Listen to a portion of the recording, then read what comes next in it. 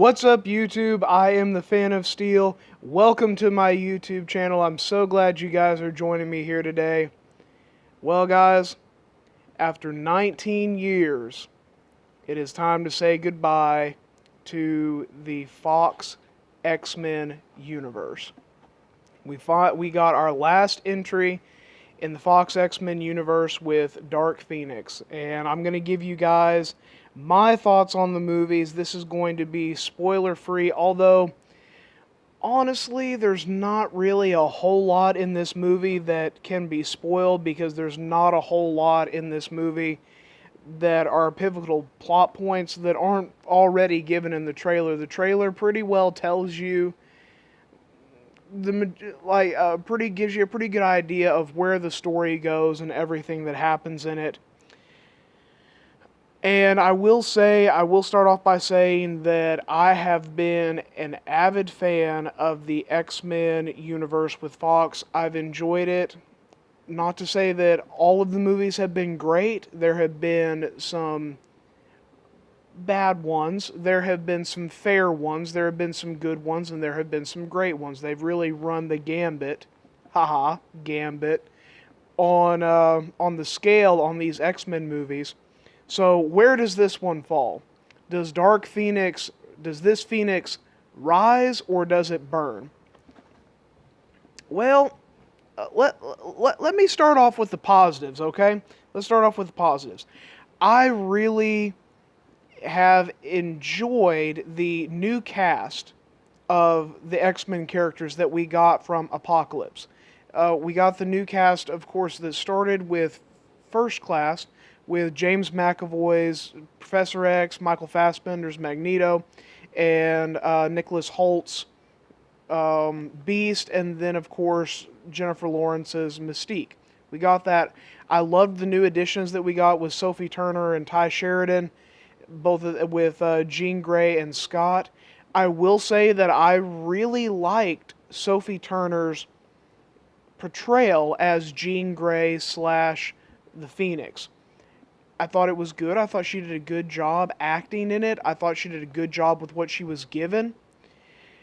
I thought that all the other characters, the actors, it was great to see them again. I liked seeing their characters.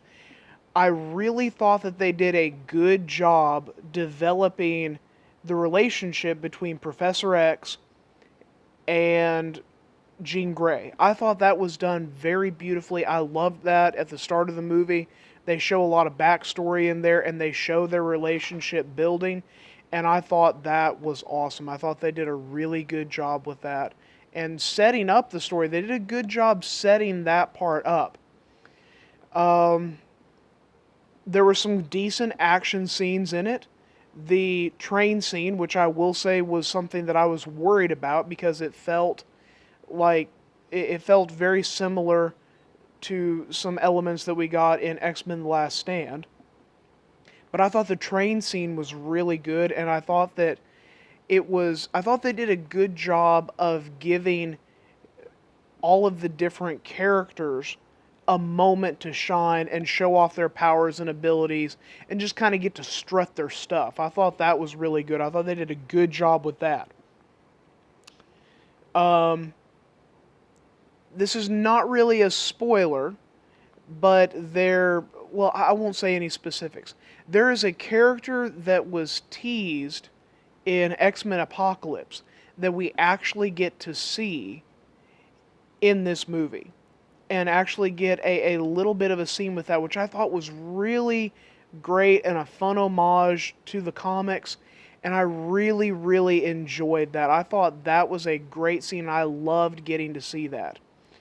There were a couple characters that were in Apocalypse that I would have liked to have seen, and I'm not really sure why they weren't in the movie. I wish they could have been. We got a cool scene with, we got two interesting scenes with Quicksilver, which of course have always been the highlights in this new X-Men iteration. But honestly, guys, that's about all the pros I can give this movie, because this movie I just felt was... I'm sorry, this movie was terrible. This movie was awful. I was so disappointed with this movie. And look, we've all heard about the behind the scenes drama, and that is one of the things that I hate about the time that we live now with the social media and everything. While it's got its perks, it's so hard to keep some stuff under wraps that the public just doesn't really need to know about. There are some things that you don't need to know about, especially when it comes to behind the scenes drama and everything, and it gets hyped up and it gets talked way too much, and it ends up creating more problems than what it should. And it never fixes any problems.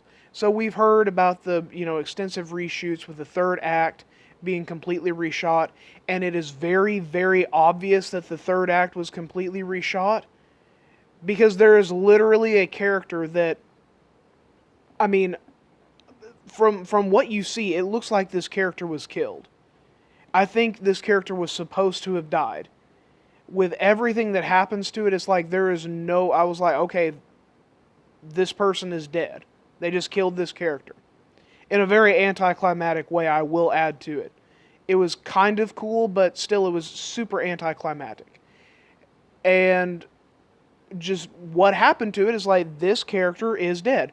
And they show up again not 2 minutes later, and not only are they alive, but they don't look like, I mean, they look a little bit banged up, but nowhere near what it would have been.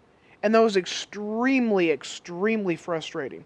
Oh, I'm gonna stop my rant for just a minute, and I'm gonna go back to one pro that I forgot to mention. We do actually get to see the characters going off in space.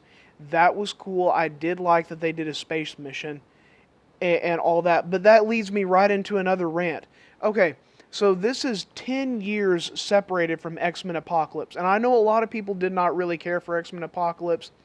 I didn't find it all that bad. I found it, enjoyable and entertaining. I still kind of liked it.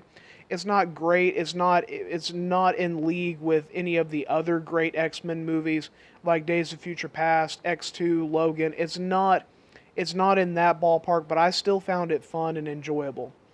But this one takes place 10 years after X-Men Apocalypse. And it bothered me because we get lines like, okay, so we're doing space missions now.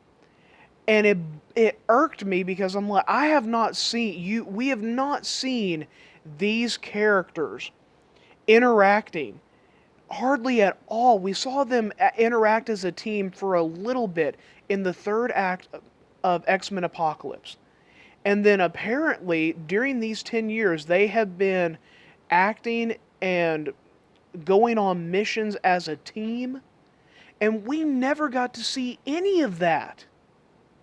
We don't get any of it. And look, you don't have to show every little thing that has transpired between characters in order to be invested in these characters, but you have to be able to convey what has happened and get your actors to show the emotions and the investment to get the audience invested in these characters. And I was never invested in any of these characters whatsoever, or any of their relationships, any of the stuff that they had gone through. It was all just, it felt so bland and wooden and just one note. Pretty much all of the characters felt completely inconsistent to what we have known them to be. And look, I'm not one of those ones that, if you're going to completely rewrite a character that is to make them totally different to what they are in the comics, then I might have some beef with that. But for the most part, I don't mind if a character is a little bit different from what they are in the comics. I understand that that's how it has to happen. But at least keep them consistent in the continuity that you have built in your movies. And they didn't do that at all. There were a couple of characters that were consistent. I thought that Cyclops was at least consistent with what we have known him to be. Again, we haven't hardly seen anything from him. We saw him a little bit in Apocalypse, and that bothered me so much. We again have had a butchered Cyclops, I felt like. This one was at least better than what we got in X-Men 1, 2, and 3 before with James Marsden, which was not James Marsden's fault. It was the writer's fault that they just put Cyclops in the back seat. He's the leader of the X-Men. Don't get me started on that, though. But we don't get any time to be invested in this new Cyclops or in any of the characters, but at least he was consistent with what we had seen before. Magneto was at least consistent with what we had seen before. But I didn't feel like Charles Xavier, Professor X, is a complete jerk in this movie. And I have loved James McAvoy's portrayal of Professor X. I have loved it up until this movie. And I don't blame him.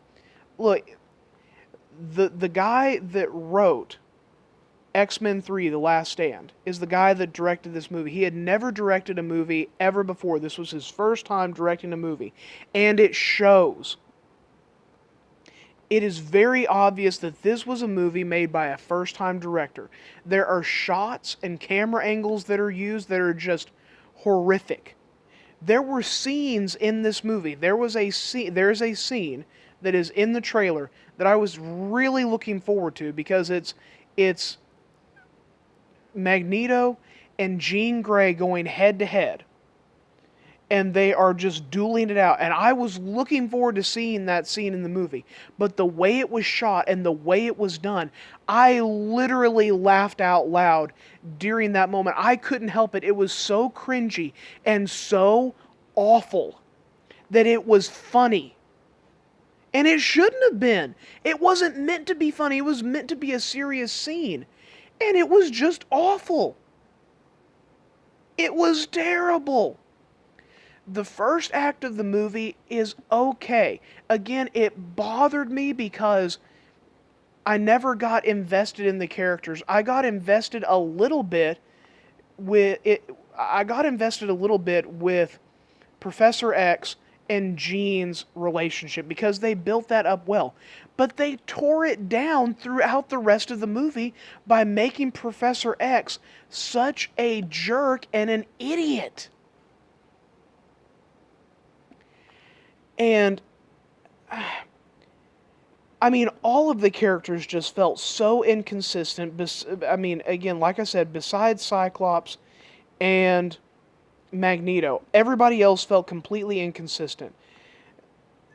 They throw characters in here, and you've seen Jessica Chastain's character, which was totally useless. Her character is useless in this movie, other than just having a throwaway, just paint-by-numbers villain.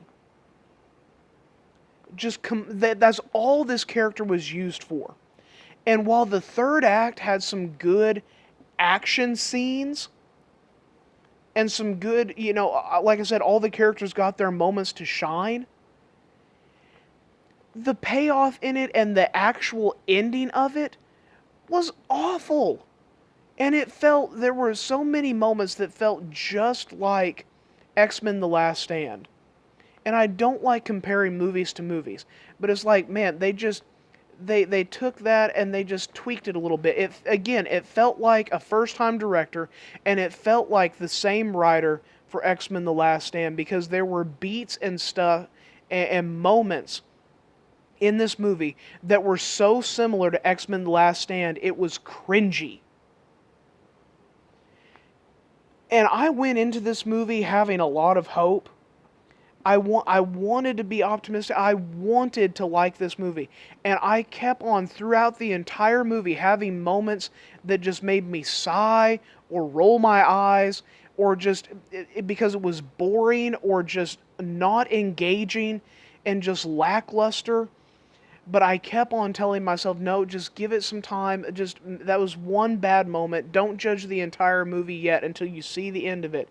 And I got to the end of it, and I still found myself saying this movie was awful. I did not like it. So there were problems with the characters feeling inconsistent. I went over that. Look, there's just continuity problems with this galore.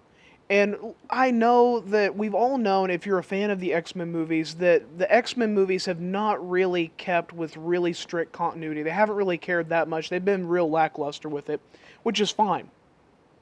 But this movie has continuity errors with this franchise that it's supposed to be, because this is supposed to be First Class, Days of Future Past, Apocalypse, and now Dark Phoenix. It has continuity errors within those movies. It has continuity errors within its own movie, whether it's, like I said, a character being killed and then coming right back in the next scene, or whether it's characters just acting completely out of character, or moments in the movies being explained, and it's like, well, that obviously doesn't work because we've already seen that and that didn't happen. It's just, I don't understand. And look, I'm ranting on this one. I'm going longer on this than any other movie review I've ever done, because this movie bothered me so much because I have loved the X-Men movies. And because I have loved these characters that they have given us, whether it's James McAvoy, Michael Fassbender, Sophie Turner, Ty Sheridan, Jennifer Lawrence, Nicholas Hoult, all of the different characters, and all of the new X-Men that we have gotten. Storm was great in this movie. Oh, that's another thing. They never refer to any of the X-Men characters as their X-Men names except for Storm once.